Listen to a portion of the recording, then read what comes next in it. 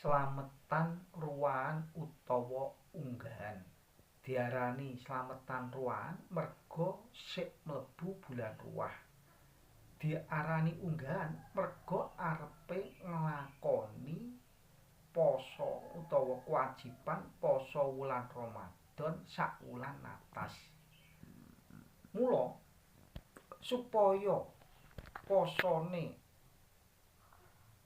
ditampa déning pangeran, wong Jawa kuna sing wis Islam kuwi nglakoni slametan utawa ngenekne slametan. Tujuane ndedonga marang pangeran muga-muga anggone nglampahi tirakat utawa kewajiban poso wajib wulan Ramadan utawa wulan Ramadan kuwi iso lancar tanpa alangan apa-apa awal hingga akhir.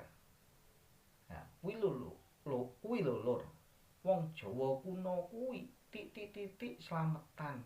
Mula urip nang Jawa kuwi sejatine gemah ripah loh jinawi. Lek urusan mangan ae ora bingung.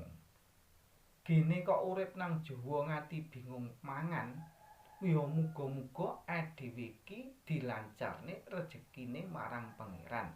Soale dhewe iki ora ngerti tekane rejeki, tapi diwehi kewajiban nyambut gawe minangka tugas nyebar rahmate Gusti.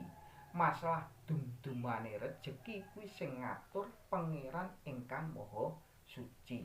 Monggo Lur, dulur-dulur kabeh kudu ngerti lek wong Jawa kuwi duwe adat unggahan, slametan unggahan sing tujuane ndedonga marang pangeran.